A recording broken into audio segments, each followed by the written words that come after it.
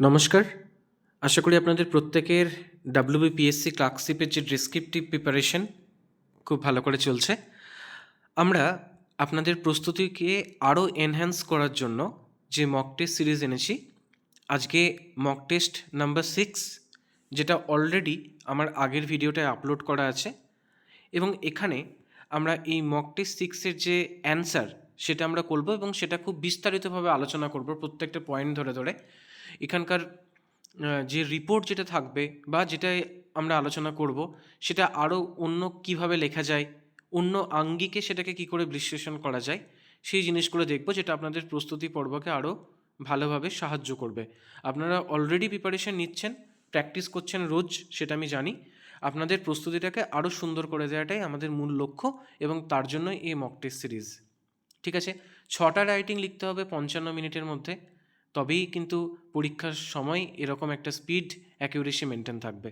তাহলে এটা মেনটেন করেই আপনারা আগে পরীক্ষাটা দিয়ে নেন এবং তারপর এই মকের যে অ্যান্সারগুলো রয়েছে সেটা একটু মিলিয়ে নেন। ঠিক আছে, তাহলে প্রথমে আমরা চলে যাচ্ছি রিপোর্ট রাইটিং পার্ট। কি বলছে না, a building collapse in Kolkata Burrabazar area, 6 people died and 20 injured. ঠিক আছে, বিল্ডিং কোলাপস হোক বা কোনো একটা বাড়ি, কোনো একটা ইয়েতে জায়গাতে আগুন ধরে গেছে কোনো একটা বিল্ডিংয়ে, এই ধরনের রাইটিং কিন্তু আসতেই পারে। ঠিক আছে, আমরা দুর্ঘটনাগত যে সমস্ত রাইটিংগুলো হতে পারে অনেকগুলি আমরা প্র্যাকটিস করে নিয়েছি এর আগের ভিডিওগুলোতে, আপনারা দেখবেন যেখানে প্লেন দুর্ঘটনা, ট্রেন দুর্ঘটনা আমরা দেখে নিয়েছি। আর সেই সঙ্গে সঙ্গে এই ধরনের একটা বিল্ডিং কোলাপস জাতীয় যদি কোনো একটা ইনসিডেন্ট থাকে, তাহলে আমরা কী করে রাইটিংটা লিখবো সেটা দেখি। প্রথমে আমাদের রাইটিংয়ে যেটা থাকে সেটা হচ্ছে আমাদের হেডিং পার্ট, ঠিক আছে, বা টাইটেল পার্ট। দেখুন, আমি বেশ কয়েকটা টাইটেল দিয়েছি, আমি চেষ্টা করি আপনাদের অনেক রকম টাইটেল লেখানো যেটা আপনাদের ভালো লাগবে, বা যদি মনে হয় অন্য কোনো একটা টাইটেল আমাকে সাজেশন করবেন সেটাও করতে পারেন। 6 dead 20 injured in Barabazar building collapse, এটা দিতে পারেন। Old building collapse in Barabazar, claim 6 lives, এটাও দিতে পারেন। আবার tragedy in Barabazar, 6 kill several injured in building collapse, ঠিক আছে, বাই এ স্টাফ রিপোর্টার। তাহলে আমরা এই রকম যে হেডিংগুলো আছে, এরকম যে কোনো একটা হেডিং আমরা দিতে পারি। আপনাদের যদি মনে হচ্ছে অন্য কোনো একটা হেডিং দিলে ভালো হয়, সেটা আমাকে কমেন্ট সেকশানে জানান। বেশ, এরপর আমরা মূল জায়গায় চলে গেলাম। কলকাতা বড়বাজার 28 ডিসেম্বর। আগেই বলেছি যে যখন আমাদের পরীক্ষার যদি কোনো ডেট মেনশন না থাকে, তাহলে পরীক্ষার ডেটটা আমরা দেবো।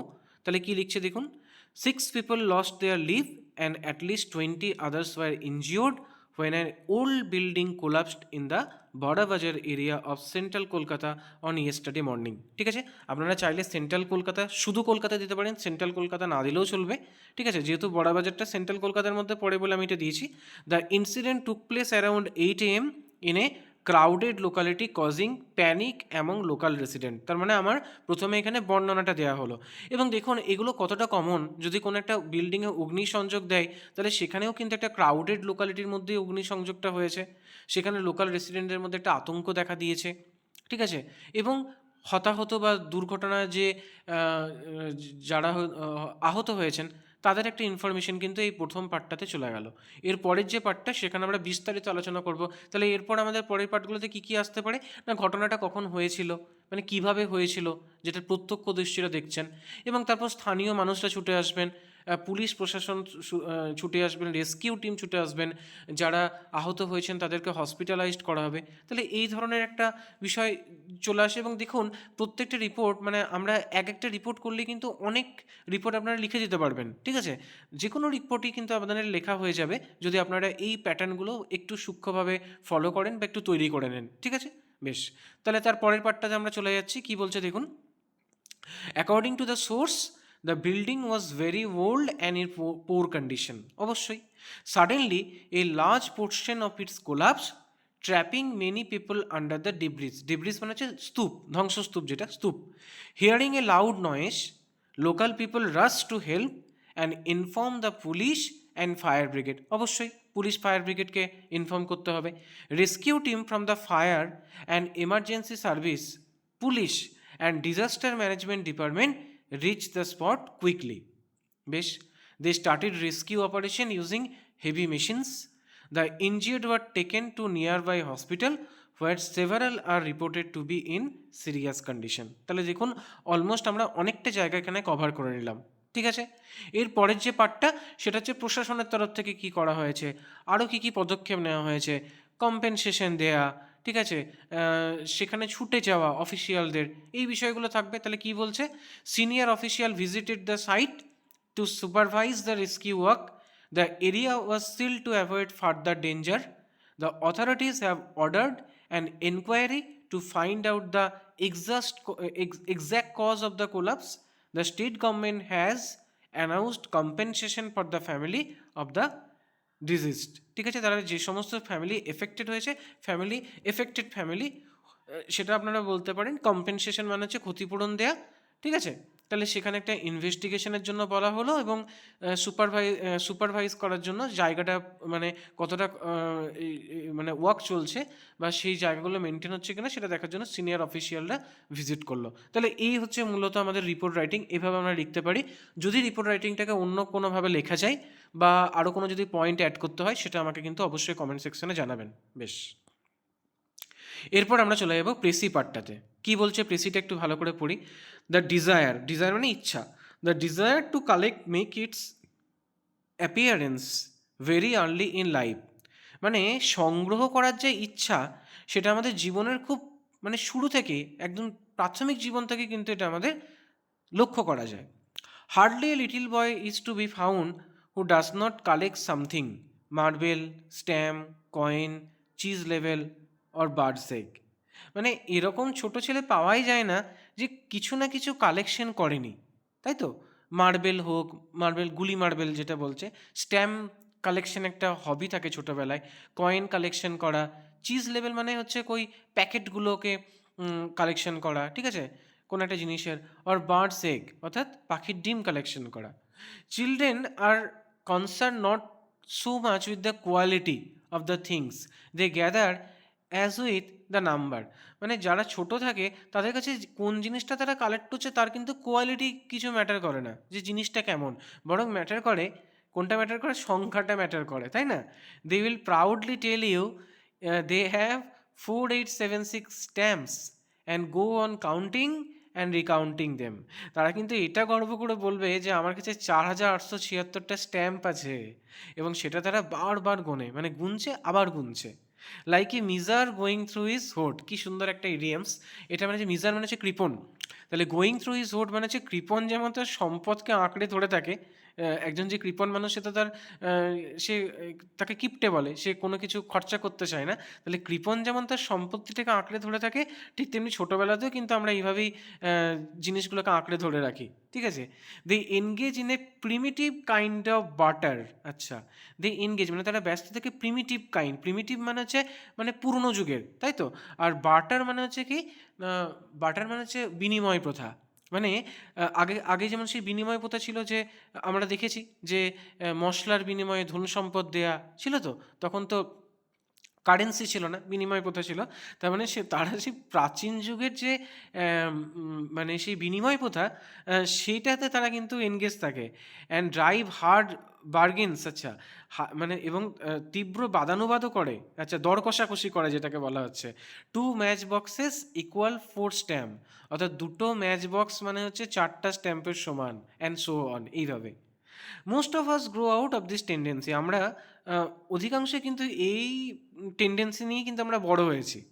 দোজ হু ডু নট, যারা নয়, become obsessed with their collection, মানে তাদের যে কালেকশন ছিল, যেটা তাদের সংগ্রহ করেছে, তাতে তারা অবসেস থাকে, তাই তো, মানে সেটা দিয়ে তারা আচ্ছন্ন থাকে।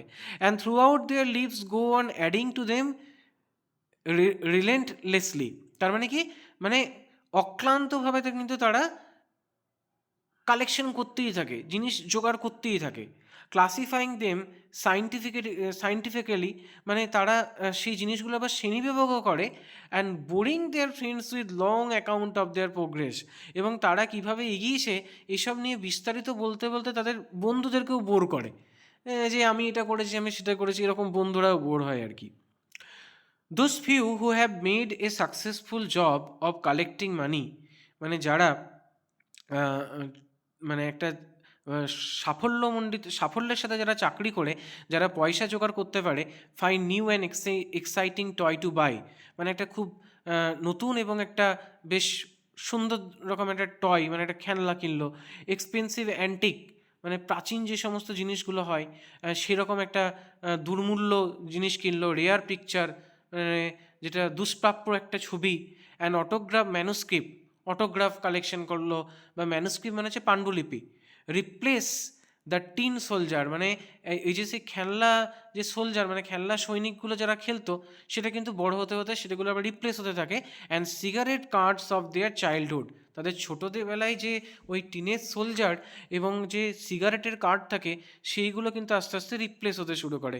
People who claim that they never collect anything, মানে কিছু মানুষ যারা দাবি করে যে তারা কোনো কিছুই কালেকশন করেনি, often have the biggest collection of, মানে তাদের কাছেই বোধহয় সব থেকে বেশি কালেকশন থাকে, and so the collection gross, এবং এভাবেই কিন্তু তাদের কালেকশন বাড়তে থাকে। তার মানে বোঝা গেল যে ছোটোবেলা থেকেই কিন্তু মানুষের একটা ইচ্ছা থাকে জমানো, এবং আস্তে আস্তে ছোটোবেলার যে ইচ্ছাগুলো সেটা বড়তে হয়তো মানে জিনিসপত্রর ভেরিয়েশনটা চেঞ্জ হয়, কিন্তু এই মূল মানসিকতাটা কিন্তু একই রকম থাকে। তাহলে এটাই হচ্ছে কৃষিটার মূল উদ্দেশ্য।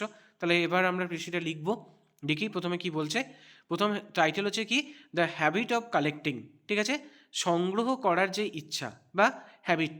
কি বলছে, the desire to collect thing begins in the childhood, ঠিক আছে, মানে ইচ্ছা যে ছোট থেকেই কালেকশন করার যে ইচ্ছা সেটা আমাদের চাইল্ডহুড থেকেই শুরু হয়। Children collect item like stamp or coin, তারা স্ট্যাম্প এবং কয়েন কালেকশন করে, and care more about number than quality, এবং কোয়ালিটির থেকে তারা কিন্তু নাম্বারটাকে বেশি প্রায়োরিটি দেয়। Most people leave this habit as they grow up, অনেকে এই হ্যাবিটটাকে মানে ত্যাগ করে গ্রো আপের সঙ্গে সঙ্গে, but some continue collecting all their lives, কিন্তু তারা সারা জীবনে কিছু না কিছু কালেকশন করতেই থাকে। As adult they collect costly thing, যখন সে যৌবনে আসে তখন সে আরও দামি জিনিস কালেক্ট করতে থাকে, like the antique and the rare item, ঠিক আছে, এখানে দেখুন রেয়ার পিকচার বা এগুলো বলেছিল ম্যানুস্ক্রিপ্ট, তার মানে একবার আমরা রেয়ার আইটেম লিখে দিলাম। Even those who say they collect nothing, এবং অনেকে আছে যদি বলে যে সে কিছুই সংগ্রহ করেনি, অফেন কালেক্ট দ্য মোস্ট, তার কাছেই কিন্তু দেখতে গেলে সব থেকে বেশি কালেকশন থাকে। ঠিক আছে, তাহলে এইটা গেল আমাদের প্রেসি। প্রেসির পরে আমরা চলে যাব ট্রান্সলেশন।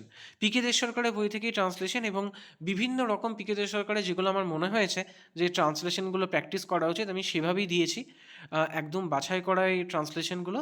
এবং পরে আমি যে আমাদের নেক্সট যে মকগুলো থাকবে সেগুলোতে আমি পিকে দেশ সরকার ছাড়াও অন্যান্য মক মানে অন্যান্য প্যাসেজ করাবো, কারণ আগেরবারে ক্লার্কশিপে ওই গিরিডি থেকে একটা দিয়েছিল, ওই রকম আমি চেষ্টা করছি আমার পরবর্তী মকগুলোতে আনার জন্য। যাই হোক, তো এটা পিকে দেশ সরকারের আরেকটা ট্রান্সলেশন পার্ট, খুব ভালো করে এটা ফলো আপ করুন কী বলছে, এবং লাইন বাই লাইন যেরকম আমরা ট্রান্সলেশন করি সেভাবে আমরা দেখব।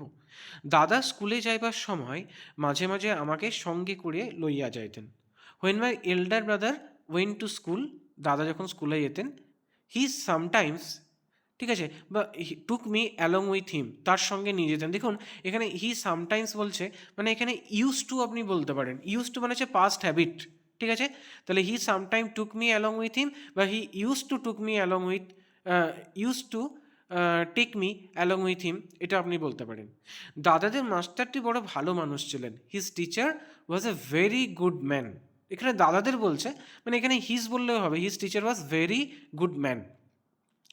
আমি মনে করিতাম স্কুলের মাস্টাররাই বোধহয় এরূপ। I use to think that all school teacher were probably like this. দেখুন এখানে ইউজ টু আমরা ব্যবহার করলাম কারণ মনে করিতাম, এটা একটা পাস্ট হ্যাবিট। বাড়িতে 3 বছর ধরিয়া কয়েকখানি বই শেষ করলাম। At home I finished a few books in 3 years. তারপর আমাকে স্কুলে পাঠাইয়া দেওয়া হলো। Then I was sent to school, ঠিক আছে। কয়েক বছর বেশ কাটিল। I passed quite well for a few years, কিন্তু মাস্টারকে আর তত ভালো লাগে না। But my liking for the teacher fell off, খুব সুন্দর এই সেন্টেন্সটা, but liking for the teacher fell off, ঠিক আছে, আর আমার ভালো লাগছে না। কবে বড় হইয়া স্কুল ছাড়িয়া দেব এই চিন্তা অনবরত মনে হতো। I constantly thought about when I would grow up. দেখুন এখানে কি হচ্ছে না, এটা পাস্ট টেন্স, পাস্টে আমার মনে হচ্ছে যে আমি কবে স্কুল ছেড়ে দেবো, আমি কবে স্কুল থেকে ত্যাগ দেবো, সেই জন্য এখানে I would grow up and leave school, এইটা হচ্ছে I constantly thought about when I would grow up, আমি কবে বড় হব, অ্যান্ড লিভ দ্য স্কুল, আমি কবে স্কুলটা ছাড়বো, ঠিক আছে। তখন তৃতীয় শ্রেণীতে পড়ি। At that time I was studying in the 3rd class, বা ক্লাস 3 এটাও বলতে পারেন, থার্ড ক্লাস না বলে আমার মনে হয় ক্লাস 3টা বলা আরও বেশি ভালো হবে। অ্যান্ড এবং কয়েকটি ইংরাজি বই পড়িয়াছিলাম, তাহলে আমাদের হয়ে গেল পাস্ট কন্টিনিউয়াস, তাই তো? তাহলে পড়িয়াছিলাম। And had reach a few English book, তাহার একখানের মধ্যে একজন সাহিবের কথা লেখা ছিল। In one of them there was the story about a gentleman, তিনি বাড়ি ছাড়িয়া বিদেশে গিয়াছিলেন। হি হ্যাড গন অ্যাব্রোড, ঠিক আছে, লিভিং হিজ হোম। বেশ, সেখানে অনেক কষ্টভোগ করিয়া শেষে বহু টাকা করিয়াছিলেন। Thereafter suffering many hardship, মানে কষ্টভোগ করে, he finally made a lot of money.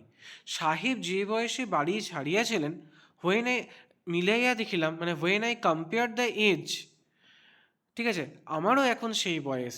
Which the gentleman had left home, আমি কম্পেয়ার করে দেখলাম সেই বয়সটা যে বয়সে জেন্টেলম্যান লেফট হোম করেছিল। আই ফাউন্ড, আমি দেখলাম, that was now of the same age, আমি দেখলাম আমারও এখন সেই বয়স। I found that I was now of the same age, ঠিক আছে। বেশ, এরপর আমরা একটা বাংলা প্রতিবেদন করব। পশ্চিমবঙ্গের সমস্ত থানা এলাকায় শুরু হলো পথ নিরাপত্তা সপ্তাহ পালন 21শে ডিসেম্বর থেকে 27শে ডিসেম্বর 2025। বেশ, তাহলে পথ নিরাপত্তা সপ্তাহ বা যদি বলা হয় কোনো একটা অ্যাওয়ারনেস ক্যাম্প, তাহলে এই ধরনের জিনিসগুলো কিন্তু একই রকম বয়ান হবে, ঠিক আছে। তাহলে সেই জন্য আমি কিন্তু এটা দিলাম, আপনারা এটা 200 শব্দের মধ্যে লিখবেন, ঠিক আছে। তাহলে দেখা যাক, আমাদের প্রথম কাজ হচ্ছে কি, হেডিং দেয়া। এবার হেডিং আমি এরকম দিতে পারি, 21 থেকে 27 ডিসেম্বর রাজ্য জুড়ে পথ নিরাপত্তা সপ্তাহ পালন, সড়ক দুর্ঘটনা রোধে পশ্চিমবঙ্গে পথ নিরাপত্তা সপ্তাহের সূচনা, ট্রাফিক সচেতনতায় রাজ্য জুড়ে পুলিশের বিশেষ উদ্যোগ, ঠিক আছে। যেহেতু পুলিশ থেকে বলছে অলরেডি, এখানে দেখুন বলেই দিয়েছে যে পশ্চিমবঙ্গের সমস্ত থানা এলাকা, তাহলে আমরা পুলিশের কথা বলতেই পারছি। তাহলে ট্রাফিক সচেতনতায় রাজ্য জুড়ে পুলিশের বিশেষ উদ্যোগ, এরকম কোনো একটা হেডিং আপনারা দিতে পারেন। এবং আপনার যদি মনে হচ্ছে অন্য কোনো একটা হেডিং দেবেন, সেটা আমাকে জানান। বেশ, এবার আমরা রাইটিংটা দেখব। দেখুন, 21শে ডিসেম্বর থেকে শুরু হচ্ছে, তাহলে আমরা 21শে ডিসেম্বরটাকেই দিতে পারি, ঠিক আছে। যদি আমরা স্টাডি দিতাম, তাহলে 22শে ডিসেম্বর, যে 21শে ডিসেম্বর থেকে শুরু হলো। কিন্তু 21শে ডিসেম্বর যখন দিচ্ছি, শুরু হয়েছে সেটা বলতে পারি, কিন্তু 21শে ডিসেম্বর থেকে শুরু হলো, আজ থেকে শুরু হলো, সেই জন্য আমরা 21শে ডিসেম্বর দিচ্ছি। 22 তারিখ থেকে দিলে হতো কি না, কাল থেকে শুরু হয়েছে পথ নিরাপত্তা দিবস, বোঝা গেছে, এরকম হবে বিষয়টা। তাহলে নিজস্ব সংবাদদাতা কলকাতা 21শে ডিসেম্বর কি বলছে, সড়ক দুর্ঘটনা কমানো ও সাধারণ মানুষকে ট্রাফিক নিয়ম সম্পর্কে সচেতন করতে পশ্চিমবঙ্গের সমস্ত থানা এলাকায় আজ থেকে শুরু হলো পথ নিরাপত্তা সপ্তাহ। বেশ, আমরা শুরুতেই লিখে দিলাম যে পথ নিরাপত্তা দিবসের উদ্দেশ্য কি, সড়ক দুর্ঘটনা কমানো, তাই তো, এবং ট্রাফিকের নিয়ম সম্বন্ধে সচেতন করা। বেশ, আগামী 21শে ডিসেম্বর থেকে 27শে ডিসেম্বর 2025 পর্যন্ত এই কর্মসূচি চলবে বলে রাজ্য পুলিশের তরফ থেকে জানানো হয়েছে। বেশ, পরের পার্টটায় আমরা চলে আসছি। তাহলে আমাদের প্রথমে বর্ণনা দেওয়া হয়ে গেল, এরপর আমরা বিস্তারিত বিবরণ দেবো। এই উপলক্ষে রাজ্যের প্রত্যেকটা জেলা ও থানা এলাকায় বিভিন্ন সচেতনতামূলক কর্মসূচির আয়োজন করা হয়েছে। ট্রাফিক পুলিশ ও স্থানীয় থানার উদ্যোগে পথ চলা মানুষ, যানচালক ও স্কুল কলেজের পড়ুয়াদের ট্রাফিক নিয়ম মেনে চলার বিষয়ে সচেতন করা হচ্ছে। হেলমেট ও সিট বেল্ট ব্যবহারের গুরুত্ব, অতিরিক্ত গতি এড়ানো, মদ্যপ অবস্থায় গাড়ি না চালানো এবং পথচারীদের নিরাপত্তা নিয়ে আলোচনা করা হচ্ছে। এছাড়া বিভিন্ন গুরুত্বপূর্ণ মোড়ে সচেতনতা শিবির, লিফলেট বিতরণ, ব্যানার ফেস্টুন লাগানো ও পথনাটিকার মাধ্যমে সাধারণ মানুষকে বার্তা দেওয়া হচ্ছে। স্কুলগুলোতেও বিশেষ আলোচনা সভা ও কুইজ প্রতিযোগিতার আয়োজন করা হয়েছে। তাহলে দেখুন, এখানে কিন্তু আমরা অলমোস্ট একটা বড় পার্ট কভার করলাম যে কী কী সচেতনতামূলক কর্মসূচি এই কয়েকটা দিনে নেওয়া হবে। তাহলে প্রথমে পথনাটিকা করা, স্কুল কলেজগুলোতে আলোচনা সভা, কুইজ প্রতিযোগিতা, মানুষকে অ্যাওয়ার করা যে অতিরিক্ত গাড়ি গতি বাড়ানো যাবে না, মদ্যপ অবস্থায় গাড়ি চালানো যাবে না, হেলমেট সিট বেল্টের ব্যবহার করতে হবে, এবং পাড়ায় পাড়ায় সচেতনতার বার্তা দেওয়া হচ্ছে। পথ নিরাপত্তা দিবস আমরা এইভাবেই জেনারেলি পালন করি, ঠিক আছে। বেশ, এর পরের পার্টটায় আমরা চলে যাব, কনক্লুশনটা কি এলাম না, পুলিশ প্রশাসনের পক্ষ থেকে জানানো হয়েছে পথ দুর্ঘটনা রোধে আইন প্রয়োগের পাশাপাশি জন সচেতনতা অত্যন্ত জরুরি। সাধারণ মানুষ ট্রাফিক নিয়ম মেনে চললে দুর্ঘটনার সংখ্যা অনেকটাই কমানো সম্ভব। পথ নিরাপত্তা সপ্তাহ এই লক্ষ্যেই একটা গুরুত্বপূর্ণ উদ্যোগ বলে মনে করছে সংশ্লিষ্ট মহল, ঠিক আছে। এবং আমাদের যে মতামতটা, একটা পথ নিরাপত্তা দিবস পালন করার উদ্দেশ্যই হচ্ছে মানুষকে পথ দুর্ঘটনা থেকে যাতে বাঁচানো যায়, তাদের যে পথঘাটের চলার যে পথ, সেখানে জনসচেতনতা। তাহলে সেই মতামতটাকে আমরা কিন্তু পুলিশ প্রশাসনের পক্ষ থেকে জানানো হয়েছে, এবং তাদের পক্ষ থেকে যে এটা একটা গুরুত্বপূর্ণ উদ্যোগ, সেটাও আমরা কিন্তু এখানে মেনশন করে দিলাম। তাহলে এইভাবে আমরা রিপোর্ট রাইটিংটা লিখবো। আরও যদি আপনাদের কোনো মনে হয় যে সাজেশন দেওয়ার, সেটা দিতে পারেন, এবং যদি মনে হচ্ছে যে কোনো রিপোর্ট রাইটিং আপনাদের কাছে একটা ইম্পর্টেন্ট লাগছে, সেটাও কিন্তু আমাকে বলতে পারেন। আমি চেষ্টা করব সেটা মকের মাধ্যমে আপনাদেরকে লিখিয়ে দেওয়ার। বেশ, এর পরের পার্টে চলে যাচ্ছে সারাংশ রচনা। দেখুন সারাংশটা কি বলছে। ভয় মানুষের অবধারিত শত্রু, সে তাহার আত্মশক্তির দৃঢ় ভিত্তিকে দুর্বল করিয়া সাধন করে তাহার চরম সর্বনাশ। তাই তো, সে তাহার আত্মশক্তির দৃঢ় ভিত্তিকে দুর্বল করিয়া সাধন করে তাহার চরম সর্বনাশ। ভীরুতাই শক্তি, আত্মশক্তিতে বিশ্বাসী হইয়া ভয়কে জয় করিতে হইবে। শক্তি মরে ভীতির কবলে, সেই শক্তিকে ভীতির কবল থেকে মুক্ত করিয়া ভয়কে পদদলিত করিয়া খণ্ড মেরুদণ্ড লইয়া এই পৃথিবীতে যথার্থ মানুষের মতো বাঁচতে হবে। নিশ্চেষ্ট পরনির্ভর হইয়া বাঁচিয়া থাকার চেয়ে মৃত্যুও শ্রেয়, সেই মৃত্যুতেও আছে গৌরব। অথচ দুর্বল ভীরু হইয়া বাঁচিয়া থাকা চরম অবমাননাকর।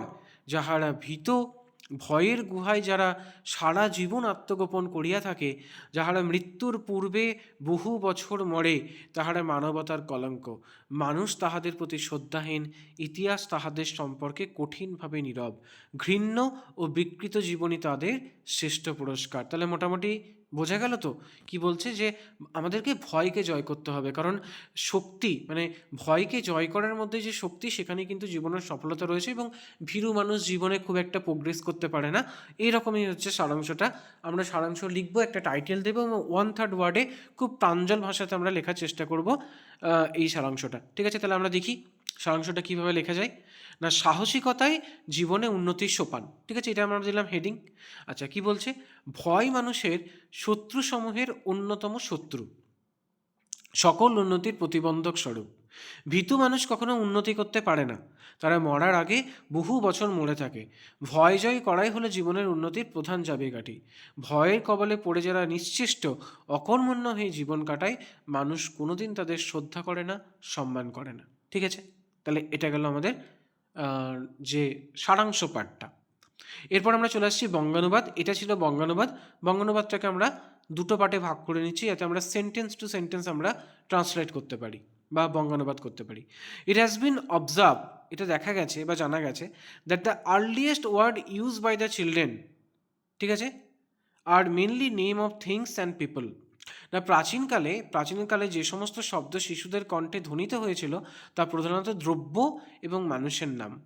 But this does not prove that the earliest word of the primitive men were also the name of things and people. কিন্তু এতে এটা প্রমাণিত হয় না যে আদিম মানুষের আদি শব্দগুলো কোনো দ্রব্য বা মানুষের নাম ছিল। ঠিক আছে, when the child learn the name of an object, শিশু যখন কোনো একটা জিনিসের নাম শেখে, he may then use it the express his wishes and demand, সে তার নিজের প্রয়োজন এবং আকাঙ্ক্ষা মেটানোর জন্য সেটা ব্যবহার করে। তাই তো, শিশুর প্রথম শব্দটা, it is almost an accident of adult teaching that, যে বয়স্ক ব্যক্তির শিক্ষাদানের ক্ষেত্রে এটা একটা প্রায় আকস্মিক ঘটনাই বলতে হয়, যে the word use to formulate the child's demand, একটা শিশু যে সমস্ত শব্দগুলো তার প্রয়োজন মেটানোর জন্য ব্যবহার করেছিল বা উচ্চারণ করেছিল, আর মেনলি নাউন্স, সেগুলো মূলত কী ছিল না, বিশেষ্য ছিল। ঠিক আছে, তাহলে এটা ছিল আমাদের ট্রান্সলেশন পার্ট বা বঙ্গানুবাদ পার্ট। ঠিক আছে, তাহলে আশা করি আজকে আপনাদের এই যে মক টেস্ট যে সিরিজ 6, সেটা আপনারা অলরেডি প্র্যাকটিস করেছেন, এবং প্র্যাকটিস করার পর এই অ্যান্সারগুলো আপনারা একটু মিলিয়ে নেবেন। আশা করি আপনাদের ভিডিওটা ভালো লেগেছে। আর যদি আমাকে কোনো কিছু সাজেশন দেওয়ার থাকে, সেটা আমাকে দেবেন। আপনারা অলরেডি ভালো করে প্র্যাকটিস করছেন, আপনাদের প্রস্তুতিটাকে আরও সুন্দর করাটাই আমাদের মূল লক্ষ্য, মূল উদ্দেশ্য। যদি কিছু সাজেশন দেওয়ার থাকে আমাকে অবশ্যই কমেন্ট সেকশনে জানাবেন। মক টেস্ট সিরিজটা কেমন লাগছে সেটাও বলবেন। আপনারা প্রত্যেকে খুব ভালো করে প্রিপারেশন নেন, হাতে কিন্তু একদম সময় নেই। 6 মিনিটে 6টা রাইটিং রয়েছে, মোটামুটি 50 থেকে 55 মিনিটের মধ্যেই করার চেষ্টা করবেন রাইটিংটা। হাতের স্পিডটা বাড়িতে সেভাবেই রাখার চেষ্টা করবেন। আর সেই সঙ্গে সঙ্গে আমি তো প্রত্যেকটা মকেই টিপস দিয়ে দিই যে কীভাবে প্যাসেজগুলোকে আপনারা লিখবেন, কীভাবে পরীক্ষার প্রস্তুতিকে এনহ্যান্স করবেন। তবুও আমি যদি পারি আমি ইন্ডিভিজুয়াল ভিডিও দিয়ে দেবো। ঠিক আছে? ভালো করে প্রিপারেশন করুন সবাই। ধন্যবাদ।